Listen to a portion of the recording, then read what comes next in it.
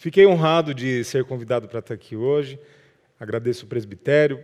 Falei com o pastor Isaac agora há pouco, estava lá num momento especial com a Bela, voando de um aeroporto para o outro. E eu achei muito propício e interessante e necessário o tema dessa série. E me sinto honrado para estar falando aqui a série Família Vintage. E ela expõe algumas coisas na chamada que está na rede social, e eu achei legal da gente colocar aqui algumas constatações que tem na chamada. Com o tempo e com a sociedade em constante ebulição, o conceito de família vem sofrendo ressignificados.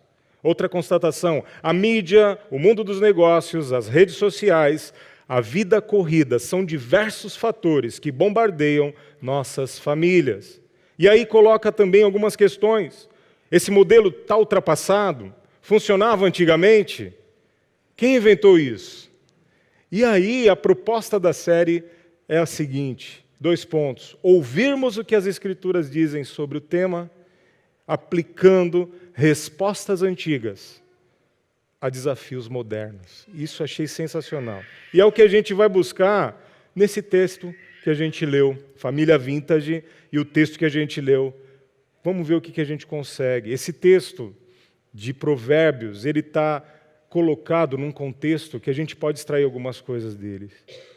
Primeira coisa que a gente vai ver é que esse texto é um testemunho, o começo dele, até chegar ao ponto que a gente leu, é um testemunho de um filho sobre o relacionamento com o seu pai, sobre o legado do seu pai e a influência que esse pai tem na sua infância e durante a sua vida. Esse texto também vai mostrar para a gente como que esse filho respondeu a esse legado que ele recebe e também vai nos mostrar o que esse filho agora traz como conselho paterno. Agora ele se coloca no lugar de um pai dando conselho para filhos. Então, quem que é esse filho que está escrevendo isso aí? Ninguém mais, ninguém menos do que Salomão. Quem que era Salomão? O rei mais top que vocês possam imaginar foi Salomão. Tinha uma determinada rainha de Sabá que foi visitar o Salomão no reino dele, e ela saiu de lá glorificando a Deus pela organização do cara. Assim, ela ficou realmente extasiada com o tanto de ouro que tem naquele reino, com como era organizado aquele lugar. Salomão era sábio, dava conselhos sábios e era muito rico. Esse é o cara que está dando conselho agora. E só para você ter ideia, você não precisa abrir, eu vou dar uma lidinha para você ver aqui o que o primeiro livro de Reis 10, 21 e 22 fala sobre o Salomão. Só uma pinceladinha.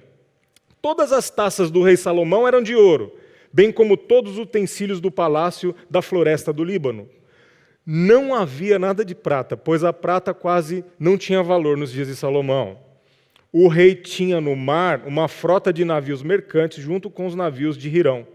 A cada 3 anos, a frota voltava, trazendo ouro, prata, marfim, macacos e pavões. O cara era chique no último. O rei Salomão era o mais rico e o mais sábio de todos os reis da terra. Então, é esse Salomão que está falando. Agora, esse sim eu quero que você leia, porque está no mesmo capítulo. Vai comigo, esse aí foi pegadinha, o pessoal da projeção lá não tinha falado para vocês, mas vai no capítulo 4 mesmo, versículo 3 e 4. E a partir daí que a gente vai tentar extrair algo para posicionar aquele texto que nós lemos. O Provérbios 4:3 diz assim, 3 e o 4. Quando eu era menino, ainda pequeno, em companhia de meu pai, um filho muito especial para minha mãe, ele me ensinava e me dizia: apegue-se às minhas palavras de todo o coração, obedeça aos meus mandamentos e você terá vida. Presta atenção no que esse super rei, tão bem-sucedido, está dizendo agora.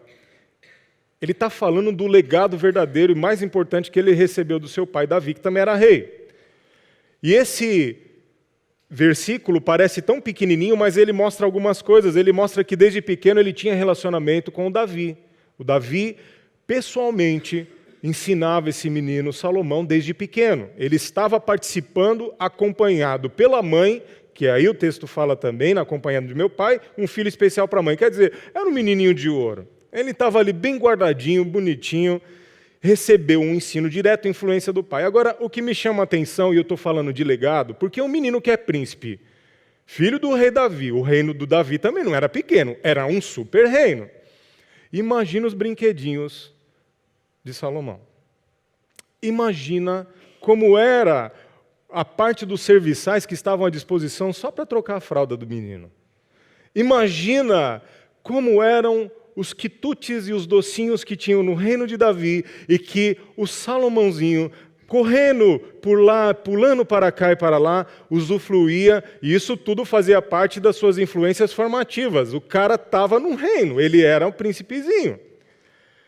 Mas quando agora o cara adulto, nas suas experiências, dando agora conselhos, o que ele vai lembrar?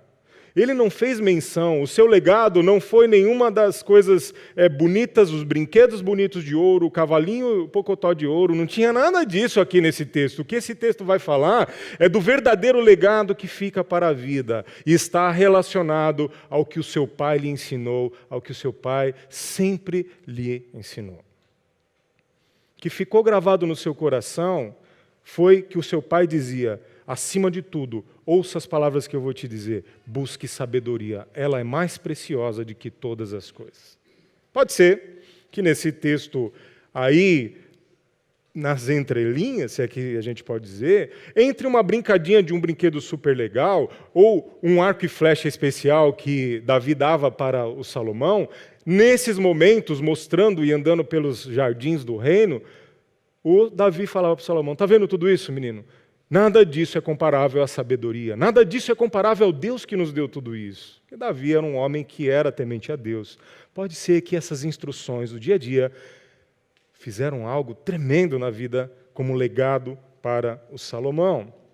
Então, a gente percebe que a sabedoria, ela pode ser transmitida de pai para filho, de geração para geração, mas não devemos nos esquecer que toda sabedoria vem de Deus.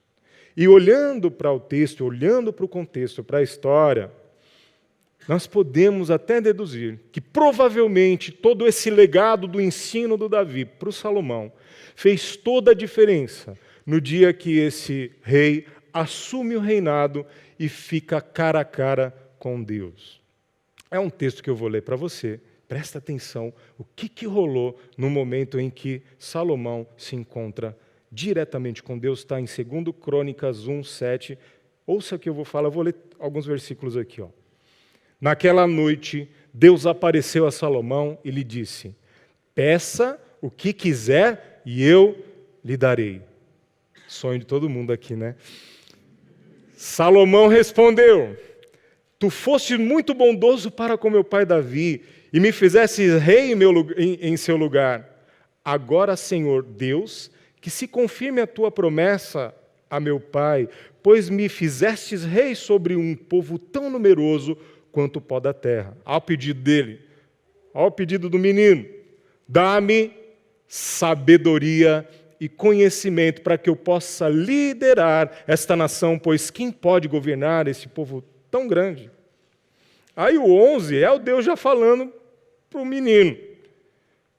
Deus disse a Salomão: já que este é o desejo do teu coração, e você não pediu riqueza, nem bens, nem honra, nem a morte dos seus inimigos, nem vida longa, mas sabedoria e conhecimento para governar o meu povo, sobre o qual te fiz rei, você receberá o que pediu, mas também lhe darei riquezas, bens, honra, como nenhum rei antes de você teve e nenhum depois de você terá. O que me chama a atenção? O que me chama a atenção? Agora ele é um adulto. Salomão agora está sendo empossado como rei. Isso aqui aconteceu logo depois que ele fez um sacrifício de 1000 animais que ele sacrifica em adoração ao Senhor, lá na tenda do encontro. Naquele momento que ele assume o reinado, então Deus aparece para ele e faz aquela pergunta que a gente vive sonhando que ele faça para nós: fala qualquer coisa que você quer que eu vou te dar. A boca de Salomão abre e ele fala daquilo que está cheio o seu coração. A boca dele abre diante de um momento que deve ser sensacional, você ter a presença do Deus Todo-Poderoso falando, o que você pedir? Quando ele abre a boca, sabedoria, sabedoria. Se fosse com você, talvez alguém diria, naquele momento, né? Aquela penumbra, aquele momento especial, e daí a pessoa vai abrir a boca e fala, o que você quer, meu filho? E daí ele abre a boca e fala, Honda HR-V 1.8, Flex Zone 2018. A boca fala, porque está cheio o coração. O pai do Davi não estava ali. Quer dizer, o pai do Salomão, Davi, não estava ali com ele, nessa hora. De mão dada, ó filho, olha, ela lembra. Mas o legado estava. Teu filho pode ir para a Espanha, morar lá. Vocês podem não estar próximos dela, mas o legado está. Decisões que são tomadas sem a presença dos pais podem estar totalmente fundamentadas no legado que foi conquistado desde pequenininho. Então a gente conclui diante disso que o legado foi bem colocado. No caso de Salomão, Davi acertou. Por quê? Primeiro ele vai lá e oferece 1000 animais a Deus, Deus é o Todo-Poderoso, e depois ele pede aquilo que o Davi ficava falando para ele, cara, acima de tudo, sabedoria é mais importante. Então o legado falou bem alto nessa hora. Davi não influenciou tão positivamente um filho dele também, é chamado Adonias. No caso de Salomão, ele acertou. Adonias era um irmão, meio-irmão de Salomão, que quando o Davi já estava velhinho, o rei Davi já estava quase não conseguindo se aquecer, e aí colocaram uma virgem para tentar aquecê-lo, e ele estava prestes a morrer. Esse Adonias era o 4º filho de Davi. Ele falou, eu me sinto no direito de ser o rei, eu vou me tornar rei, eu vou me auto-intitular, antes que meu pai morra ainda vou fazer uma festa, faço um holocausto aqui, chamo uma galerinha, faço uma baladinha e sou o rei, todo mundo me chama de rei, eu vou ser rei. Na hora que ele está fazendo essa sua baladinha, essa sua oferenda que não é para Deus, mas era para inglês ver, que era para estar ali com alguns sacerdotes, e não Natan não estava lá, aqueles que eram os seguranças da corte também não estavam lá. Adonias recebe a notícia de que, já lá na presença do rei, a Betseba tinha chegado antes, avisada por Natan, e falou, ó, o Adonias tomou o reino sem o teu conhecimento, você é isso que você estava querendo mesmo? Aí a Betseba fala, você prometeu que Salomão vai ser o rei. Nessa hora que a festinha está acabando, ele fica sabendo que o verdadeiro rei, aquele empossado por Davi, estava sentado lá na sala do trono, estava sendo exaltado como rei de Israel. O que eu quero dizer com isso? Eu fui buscar a informação de que por que esse menino faz esse tipo de coisa. Primeiro livro de Reis 1, 5 e 6 diz o seguinte, ora, Adonias, cuja sua mãe se chamava Agite, é o nome da mãe, Agite, tomou a dianteira e disse, eu serei o rei. Providenciou uma carruagem e cavalos, além de 50 homens para correrem à sua frente. Olha vocês o que diz. Seu pai, que é o Davi, mesmo pai de Salomão, nunca o havia contrariado. Nunca lhe tinha perguntado, por que você age assim, Adonias? Adonias também tinha boa aparência, era bonitão, né? E havia nascido depois de Absalão. O que eu quero chamar a atenção nisso é que, no caso de Adonias, o Davi talvez não tenha influenciado. Mas no caso de Salomão, ele acertou. Isso mostra o que este momento de adoração já falou, e quando a sua oração, Jeff, você vem aqui e diz assim, olha, como pai, nós precisamos de um Deus como pai para nos ajudar a fazer o primeiro furo, é dizer que nós também temos limitações como homens, e pode ser que a gente não acerte todas as vezes, como pais e nem como filhos. Nessa noite, todos que estamos aqui somos filhos. Alguns são pais, alguns já são avós, mas todos somos filhos. E nós todos precisamos, não de um sermão moralista, mas de um sermão que não maqueie as debilidades do ser humano, como Davi, como Salomão, e nem como a gente, mas nos submetermos a um Espírito que nos ajudará a acertar aquilo que a gente precisa acertar na nossa vida e dentro da nossa casa. Eu quero continuar agora vindo para esse texto, esse é o contexto onde está o texto que a gente leu, do 20 ao 27. Então, Salomão agora, ele está dando um conselho paterno. Ele dá um conselho, e talvez diante de nós agora você não tenha percebido, mas todos aqui agora, diante de Deus e desta palavra, o conselho paterno vem para todos como filhos. Talvez o seu pai ou a sua mãe nunca tenham lhe ensinado, ou nunca tenham te inspirado a sabedoria. Talvez você carregue traumas dos seus pais carnais. Talvez quando você fosse pequeno, você fez um risco ou quebrou algum friso do carro do seu pai, e ele quebrou seu brinquedo, seu jacaré de plástico. Isso lhe causa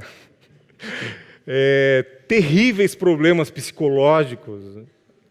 A sua mãe fez alguma coisa para você e você está aí realmente com o coração fechado.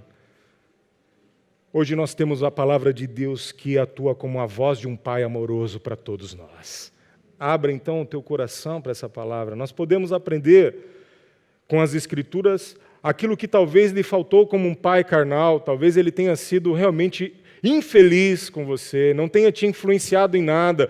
Você talvez não conheça o seu pai, talvez você não conheça a sua mãe, talvez você tenha essa história tão triste, mas quando nós estamos diante de um Deus que fala como um pai amoroso, nós temos toda a oportunidade, além de aprender, sairmos para daqui para frente, formarmos um legado poderoso nessa terra.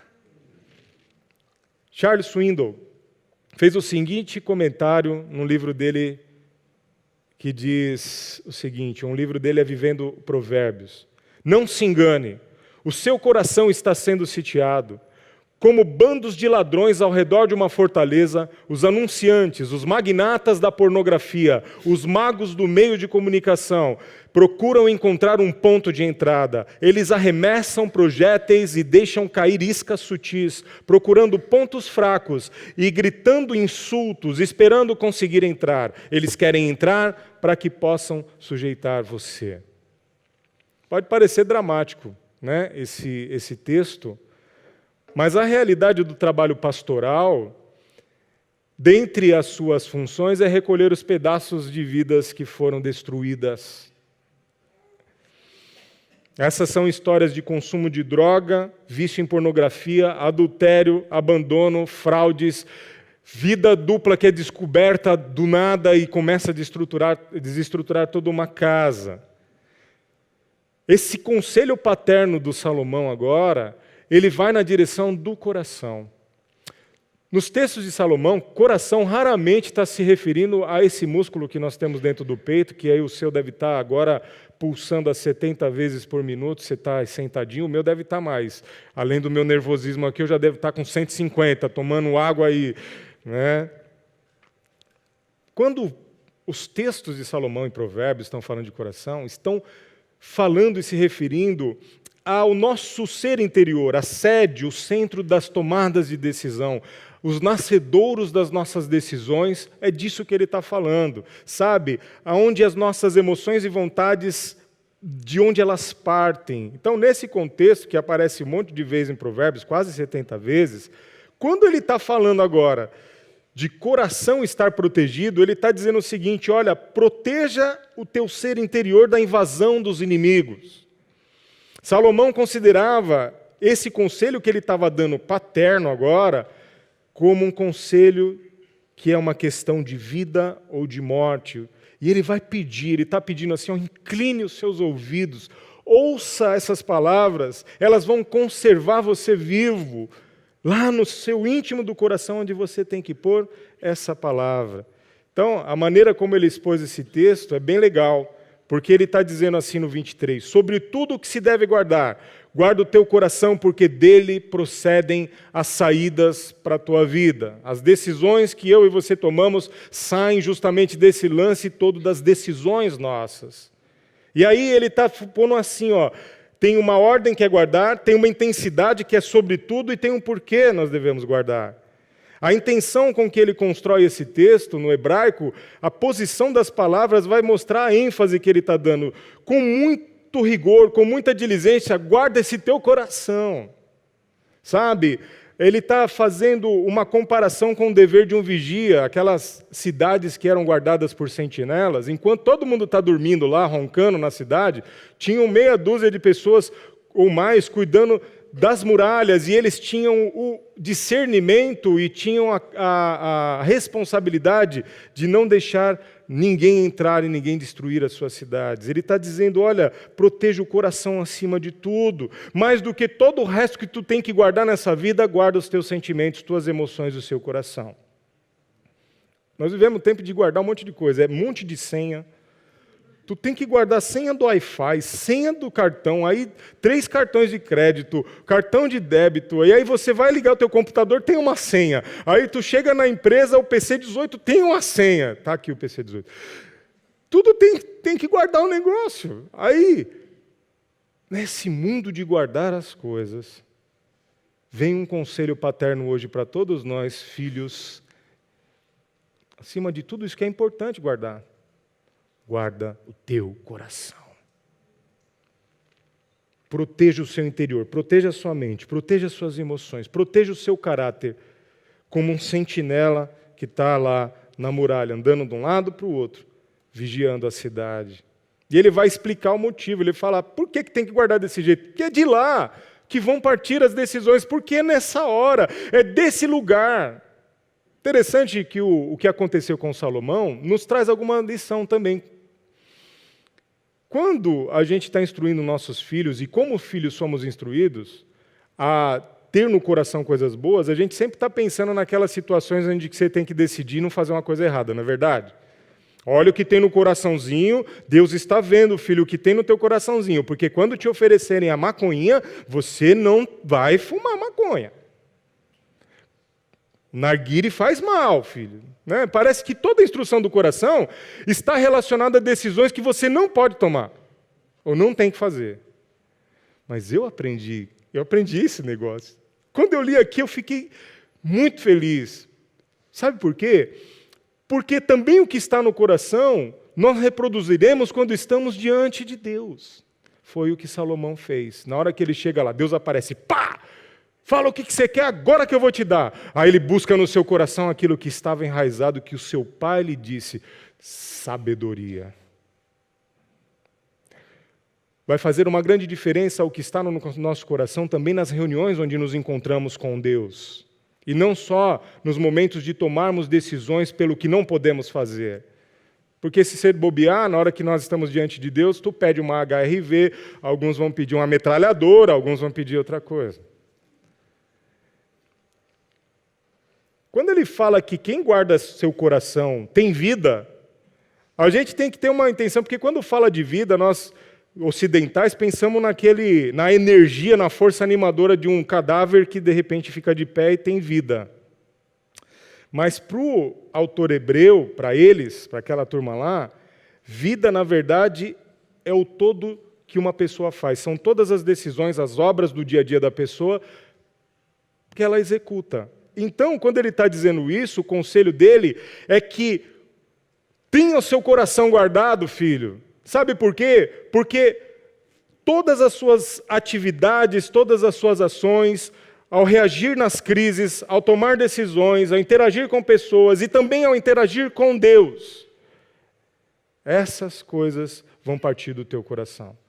Quando você chama um cara que ele vai lá instalar no teu apartamento o gás e a água, inverte tudo aquilo, e dá-nos uma vontade, e que te dá um prejuízo danado, que te tira o sono, a tua reação vem do teu coração. É disso que nós estamos falando. Quando nós perdemos a paciência com um filho, e a encenação foi muito legal, e o pai já estava dando aqui, né? Quando a mãe já está como a Joelma, jogando os cabelos para um lado e para o outro, e já mais nada funciona. Pai, a tua reação, mãe, a tua reação parte do teu coração. Filho, quando a tua mãe te diz não, e você tem aquela sensação de que teu coração vai sair pela boca e você teve vontade de bater na tua mãe, Deus está falando com você agora. Essa vontade, infelizmente, partiu do teu coração. Poxa, a gente está falando de um texto de família vintage, por que nós estamos caindo nisso? Tem tudo a ver. Nós vamos entender, tem tudo a ver. Esse conselho funciona para tudo na nossa vida. Então, o que tem a ver com os pais e filhos? Eu vou falar um pouquinho, então, disso. Do que a gente tem cuidado. Do que a família contemporânea tem se preocupado. E o que esse texto nos ajuda a entender. E qual é o nosso reposicionamento. A questão básica sempre está no que está acontecendo no coração. A partir desse conselho, tudo parte do coração. É isso que ele está dizendo. Nós temos que nos lembrar que o coração é o centro do controle da vida. Então, frequentemente, como pais, e pai de criança pequena, ou pai de adolescente, quando nós vemos o nosso filho tendo um comportamento que nos irrita, o nosso foco é o comportamento. Então, nós começamos a fazer um castigo ou dar uma correção pelo comportamento. E quando esse comportamento muda, por exemplo, quando a Bia da peça para de chegar tarde e atende o WhatsApp, o pai se dá por satisfeito, é o erro crônico das nossas famílias, porque nós atacamos só o comportamento, mas a Bíblia está nos ensinando, através de um conselho paterno hoje, que não podemos nos dar por satisfeito pela mudança de comportamento. Nós temos que pastorear o coração dos nossos filhos, porque é de lá que saem todas as respostas e as decisões para a vida. Só fazer um código do pai e da mãe para resolver o comportamento não resolve. Biblicamente, você não está sendo uma família vintage, você está sendo uma família contemporânea, em que tudo se resolve pelo comportamento, se está tudo apaziguado, fechou, deixa esse assunto para lá. As atitudes, nós realmente, quando queremos ajudar os nossos filhos, a gente tem que ir no foco de onde tudo começa, de onde tudo é impulsionado, e isso está no coração. Uma mudança de comportamento que não provém de uma mudança de coração é reprovável, é condenável. Foi o que Jesus lidou com os hipócritas lá em Mateus 15. Ele estava falando, vocês estão fazendo um comportamento bonitinho, está tudo legal, mas o coração de vocês está sujo, vocês não mudaram o coração. Então, percebendo isso, a gente pode chegar à conclusão que, frequentemente, como filhos e como pais, a gente só está tentando se comportar como bons pais, e como filhos estamos só tentando ficar numa boa para ver se ele para de me perturbar. Essa é a família que a gente acabou de ver. Por quê? Porque nós não estamos nos dirigindo ao coração, a gente está só se dirigindo ao comportamento sem mudança de coração.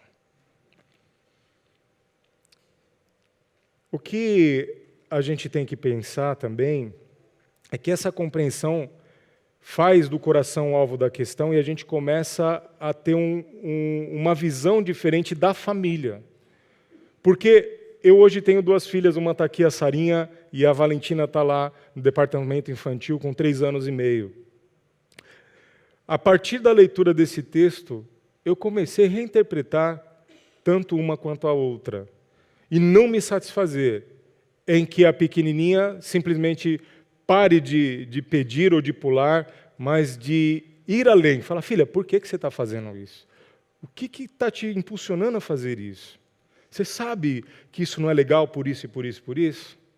E aí a gente vai aprendendo essas coisas. Nós precisamos aprender a educar e a receber educação, nos voltando para o coração.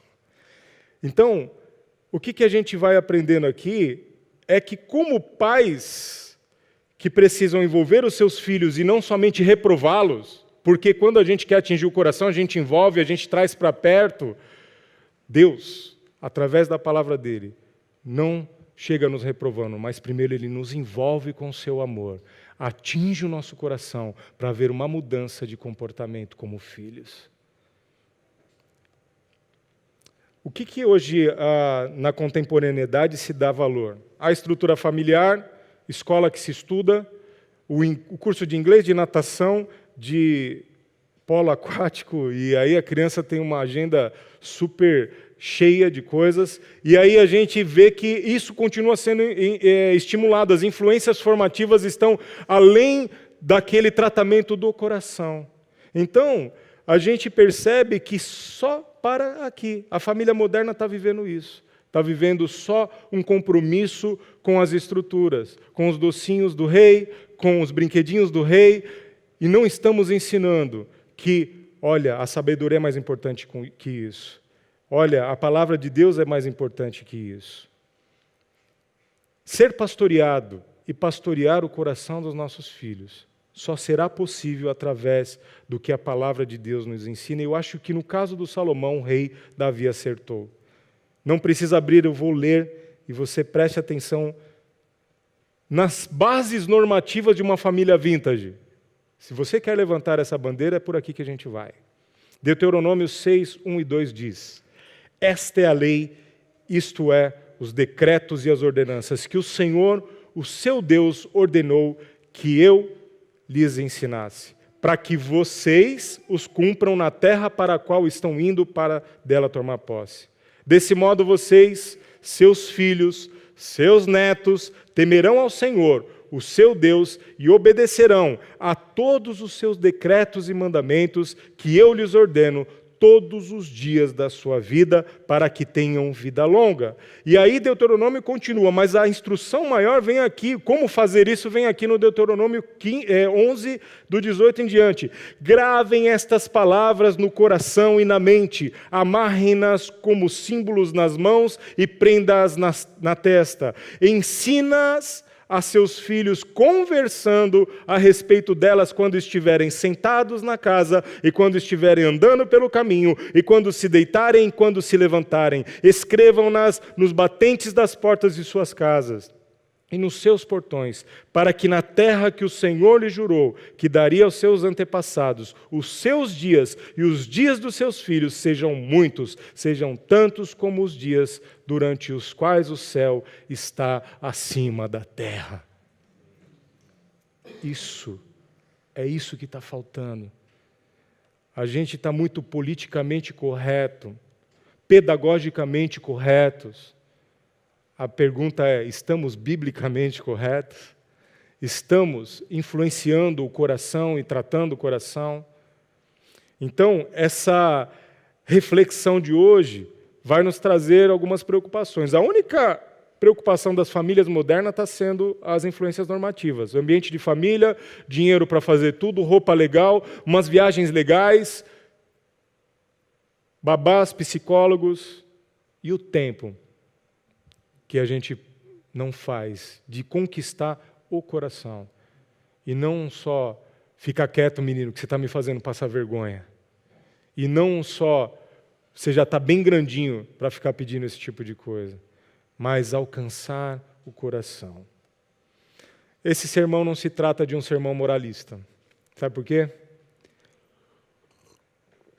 Porque o cara que deu essa instrução paterna agora, que é o Salomão, com todo esse currículo lindo dele, no final da sua vida, ele deu uma bela pisada na bola.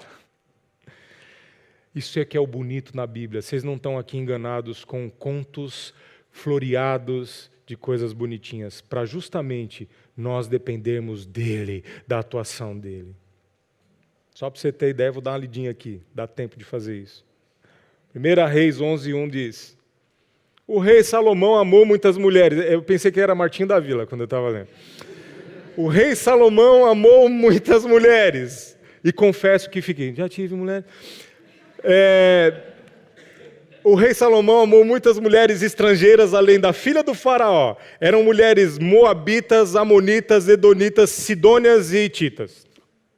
Elas eram das nações sobre as quais o Senhor tinha dito aos israelitas. O pai, o nosso pai que foi adorado aqui, já tinha dito para eles: vocês não poderão tomar mulheres dentre essas nações, porque elas os farão desviar-se para seguir os seus deuses. No entanto, Salomão apegou-se amorosamente, apaixonado a elas. Casou-se com 700 princesas. 300 concubinas, e as suas mulheres o levaram a desviar-se. À medida que Salomão foi envelhecendo, né, aí elas vão mandando em nós, suas mulheres o conduziam a voltar-se para os outros deuses. E o seu coração já não era totalmente... O coração, diga comigo, o coração. E o seu coração já não era totalmente dedicado ao Senhor, o seu Deus, como fora o coração do seu pai Davi. Ele seguiu os postes sagrados, a deusa dos Sidônios, a Moloque e o repugnante deus dos Amonitas. Dessa forma, Salomão fez o que o Senhor reprova. Não seguiu completamente o Senhor como seu pai Davi. Nisso aí ele não seguiu. No monte que ficava a leste de Jerusalém, Salomão construiu um altar para Camos, o repugnante deus dos Moabitas, e para Moloque. Também fez altares para deuses de todas as suas outras mulheres estrangeiras, que queimavam incenso e ofereciam sacrifícios a ele. Acima de tudo, guarde o seu coração, porque dele procede toda a saída da tua família, para os seus filhos, para você como filho diante do seu pai. E o próprio conselheiro mostrou que para isso é preciso ter um Deus que te oriente, um Espírito Santo que nos capacite, para dizer lá na porta do teu coração, ops, essa ideologia aí não, cara, essa não entra no coração. Alto lá, quem vem aí tentar entrar no coração? Não, é só um negocinho novo que surgiu aí. Aqui em casa, não. E sentar com seus filhos e trazê-los para o centro da vontade de Deus através da palavra dele. Deus abençoe as nossas vidas, em nome de Jesus. Amém.